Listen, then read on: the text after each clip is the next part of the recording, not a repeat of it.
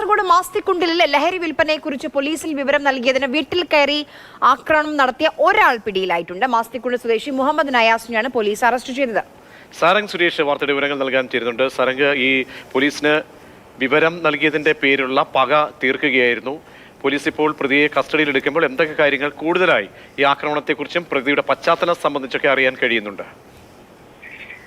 പ്രതീഷ്, ഏറെ നാളുകളായി കാസർഗോഡ് മാസ്തികുണ്ടിലെ ഒരു ആളൊഴിഞ്ഞ വീട് കേന്ദ്രീകരിച്ചുകൊണ്ട് ലഹരി വിൽപ്പന വ്യാപകമായി നടക്കുന്നുണ്ടായിരുന്നു. പകലും രാത്രിയും വ്യത്യാസമില്ലാതെ വലിയ തോതിലുള്ള ലഹരി വിൽപ്പന നടക്കുന്നുണ്ടായിരുന്നു. ഇതേ തുടർന്നാണ് മാസ്തികുണ്ടിലെ ഒരു ക്ലബിന്റെ നേതൃത്വത്തിൽ നാട്ടുകാർ ചേർന്നുകൊണ്ട് ഒരു പരാതി പോലീസ് സ്റ്റേഷനിൽ നൽകുന്നത്. ഇതേ തുടർന്ന് പോലീസ് അവിടെ എത്തി പരിശോധന നടത്തുകയും ലഹരി ഉപയോഗിച്ചതിന് ശേഷം അവിടെ വിശ്രമിക്കുകയായിരുന്ന ചെർക്കള സ്വദേശികളായ 2 യുവാക്കളെ അറസ്റ്റ് ചെയ്യുകയും ചെയ്തു.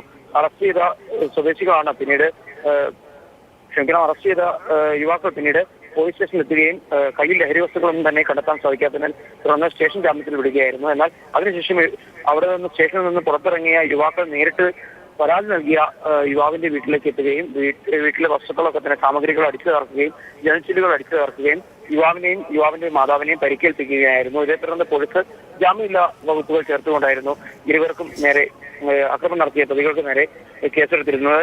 ഉടനെ തന്നെ ഇരുവരും ഒളിവിൽ പോവുകയായിരുന്നു എന്ന് തന്നെയാണ് പോലീസിന്റെ ചിത്രങ്ങളിൽ നിന്ന് നമുക്ക് മനസ്സിലാക്കാൻ സാധിച്ചത്. അതിലിപ്പോൾ അന്ന് പോലീസ് അറസ്റ്റ് ചെയ്തതിൽ പ്രധാനപ്പെട്ട ഒരാളുടെ സഹോദരനായ നഹാസ് എന്ന വ്യക്തിയാണ് ഇപ്പോൾ പോലീസ് വിവരങ്ങൾ നൽകിയത്.